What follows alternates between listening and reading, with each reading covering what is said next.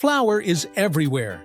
It's in your bread, your pasta, your birthday cake, your morning pancakes, your pizza crust, your grandmother's cookies. We measure it, sift it, knead it, bake it without thinking twice. Simple white powder from the store. Nothing complicated. Nothing to question.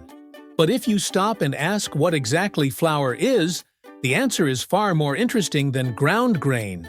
It involves 30,000 years of human innovation, a chemistry that changes based on how hard you stir, and a single decision that transformed human civilization more than the wheel ever did. Flour is older than writing itself. Archaeologists found stone-grinding tools in Australia dating back 30,000 years. Humans were crushing seeds into powder before they invented pottery, before they built permanent homes, before agriculture even existed. Hunter-gatherers carrying grinding stones across continents.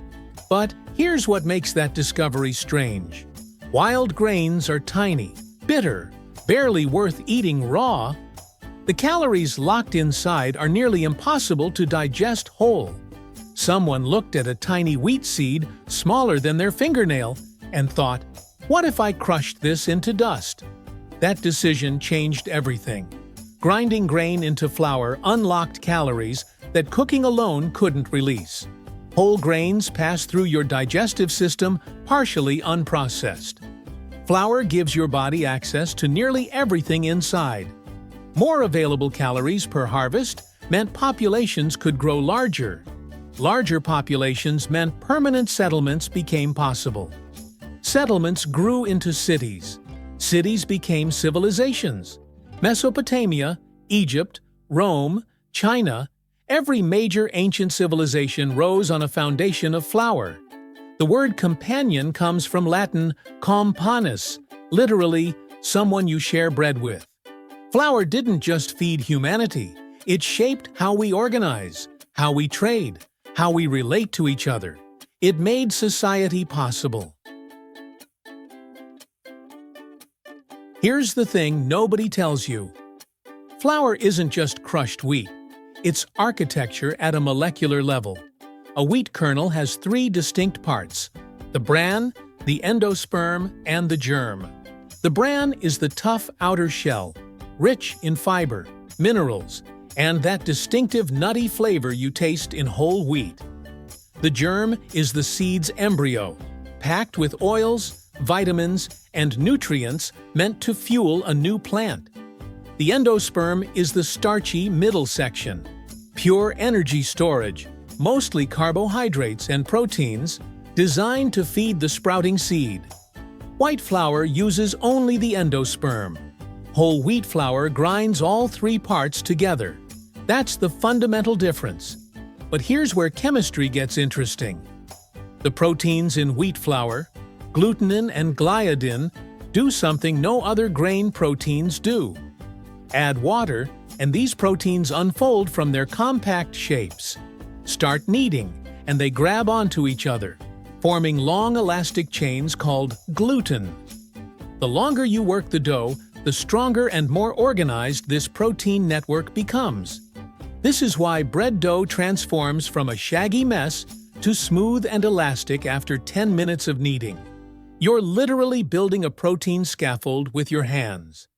That scaffold has a job: trapping gas. When yeast ferments sugars in dough, it releases carbon dioxide bubbles. The gluten network catches those bubbles like a fishing net catches fish.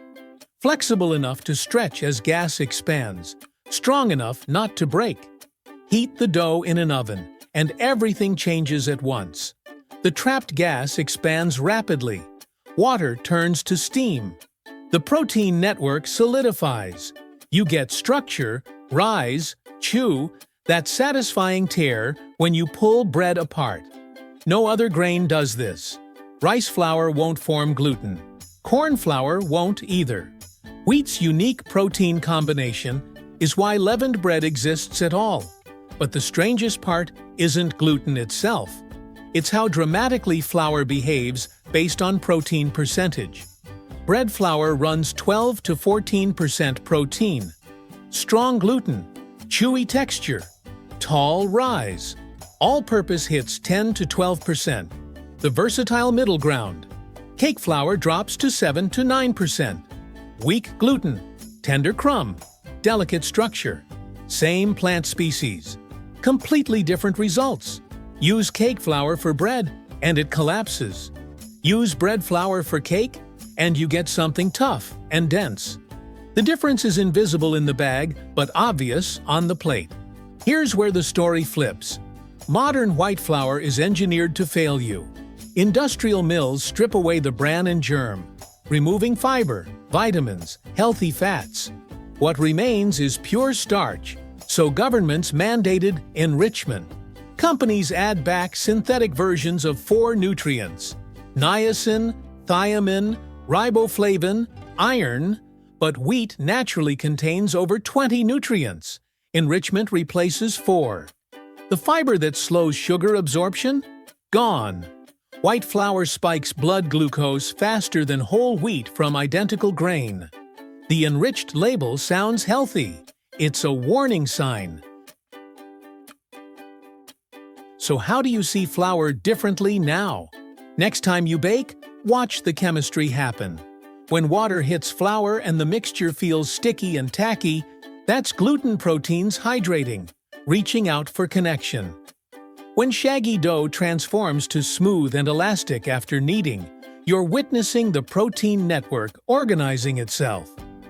When bread puffs dramatically in the first 10 minutes of baking, that's trapped gas making its final expansion before the structure locks permanently. Touch tells you everything. Bread flour feels slightly gritty between your fingers. All that protein. Cake flour feels silky, smooth, almost powdery. Minimal structure waiting to happen. Labels reveal the truth. Wheat flour means white flour, stripped and synthetically rebuilt. Whole wheat flour means the entire kernel survived milling intact. Stone ground means slower, cooler processing that preserves more nutrients. So what exactly is flour? It's not just ground grain. It's 30,000 years of human ingenuity, a chemistry that responds to the pressure of your hands, and the quiet foundation beneath everything from pasta to pastry to civilization itself. That's the process. We reveal how things actually work, one story at a time. If there's something you'd like us to explore next, let us know. Until then, trust the process.